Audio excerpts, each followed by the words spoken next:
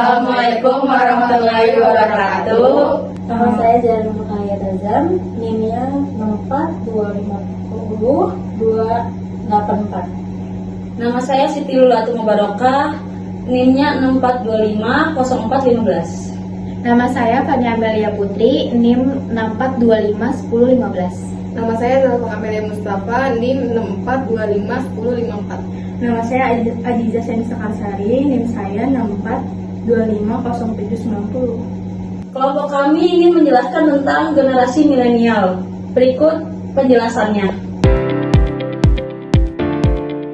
Belakangan ini generasi milenial dan kolonial sering terdengar di kehidupan sehari-hari. Istilah tersebut muncul seiring pesatnya perkembangan teknologi informasi yang mengubah cara hidup masyarakat. Fenomena ini tampak jelas dalam kisah seorang atasan senior yang menegur karyawannya karena sibuk dengan gadget. Namun setelah dijelaskan bahwa aplikasi di gadget membantu pekerjaan, sang atasan menyadari bahwa dirinya tertinggal dalam perkembangan teknologi. Situasi ini menggambarkan adanya kesenjangan antar generasi atau generation gap akibat kemajuan teknologi. Menurut Badan Pusat Statistik atau BPS, penduduk Indonesia terbagi menjadi beberapa generasi. Yang pertama itu post Gen Z yang lahir pada tahun 2013 ke atas. Yang kedua Gen Z itu yang lahir pada tahun 1997 sampai 2012. Yang ketiga milenial yang lahir pada tahun 1981 sampai 1996. Yang keempat itu Gen X yang lahir pada tahun 1965 sampai 1980. Yang kelima Baby Boomer yang lahir pada tahun 1946 sampai 1964.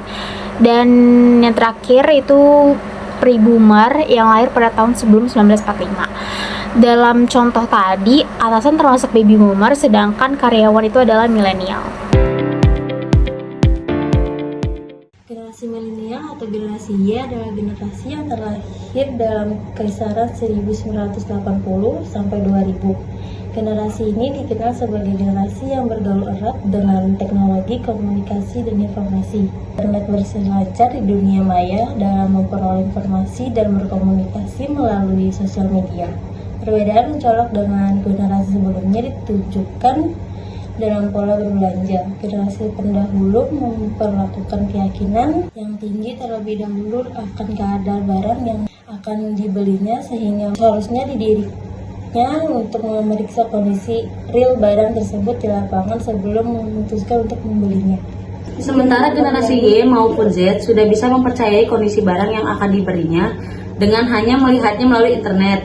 Demikian, sumber informasi, baik informasi yang paling umum hingga yang bersifat ilmiah, semuanya dilakukan dengan searching di internet. Padahal generasi sebelumnya memperoleh informasi dari berbagai sumber, seperti membaca media cetak untuk memperoleh opini, melihat televisi untuk memperoleh berita terkini, mendengarkan radio untuk informasi sehubungan dengan iklan, bahkan mengunjungi perpustakaan untuk memperoleh bahan bacaan ilmiah.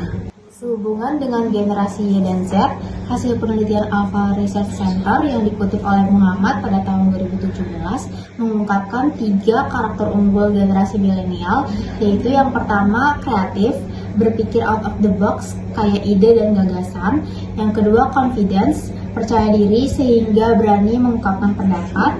Yang ketiga connected, yaitu pandai bersosialisasi dalam komunitasnya. Terkoneksi saat berkomunikasi melalui sosial media membuat dunia bagi generasi milenial seolah-olah menjadi sempit, selebar sebuah desa. Kata desa membawa ingatan pada zaman di mana generasi muda memiliki rasa hormat kepada generasi yang lebih tua. Generasi muda menerima pembelajaran etika serta norma-norma sopan santun maupun tata krama dalam masyarakat, saling bekerja sama dan bergotong royong. Generasi milenial sering disebut penduduk asli digital karena mereka tumbuh di era perkembangan pesat dan adopsi teknologi informasi dan komunikasi yang meluas dalam berbagai aspek kehidupan sehari-hari. Rata-rata generasi milenial memiliki sikap yang lebih positif terhadap adopsi teknologi baru. Dan bahkan di bidang transportasi, mereka merupakan pengadopsi awal dan pengguna tetap layanan mobilitas bersama seperti berbagi mobil, transportasi daring, dan mikromobilitas. Terkoneksi merupakan kata kunci dari generasi milenial yang hanya dimungkinkan ketika memiliki teknologi komunikasi, namun juga sinyal yang membuat keterhubungan satu dengan lainnya. berbagai daerah di negeri Indonesia saat ini belum dapat dijangkau, akibatnya tidak ada sinyal.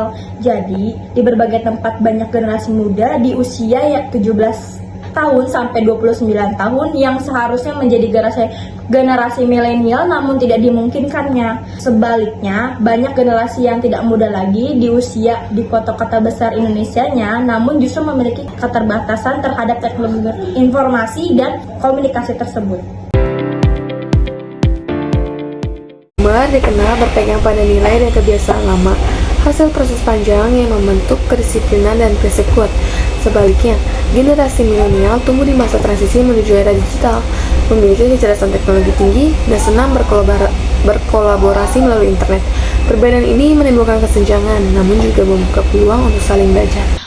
Agar perbedaan generasi tidak menimbulkan hambatan, pentingnya adanya kolaborasi dan berbagai pengetahuan seperti knowledge management. Konsep ini membantu organisasi menggabungkan pengalaman generasi senior dengan kemampuan digital generasi muda dengan saling mendukung dan beradaptasi. Setiap generasi dapat maju bersama menghadapi perubahan zaman. Intinya, baby boomers juga harus mau menjadi millennials agar estafet perubahan antara generasi berlangsung mulus dan membawa kemajuan bagi organisasi. Sekian penjelasan dari kelompok kami. Assalamualaikum warahmatullahi wabarakatuh.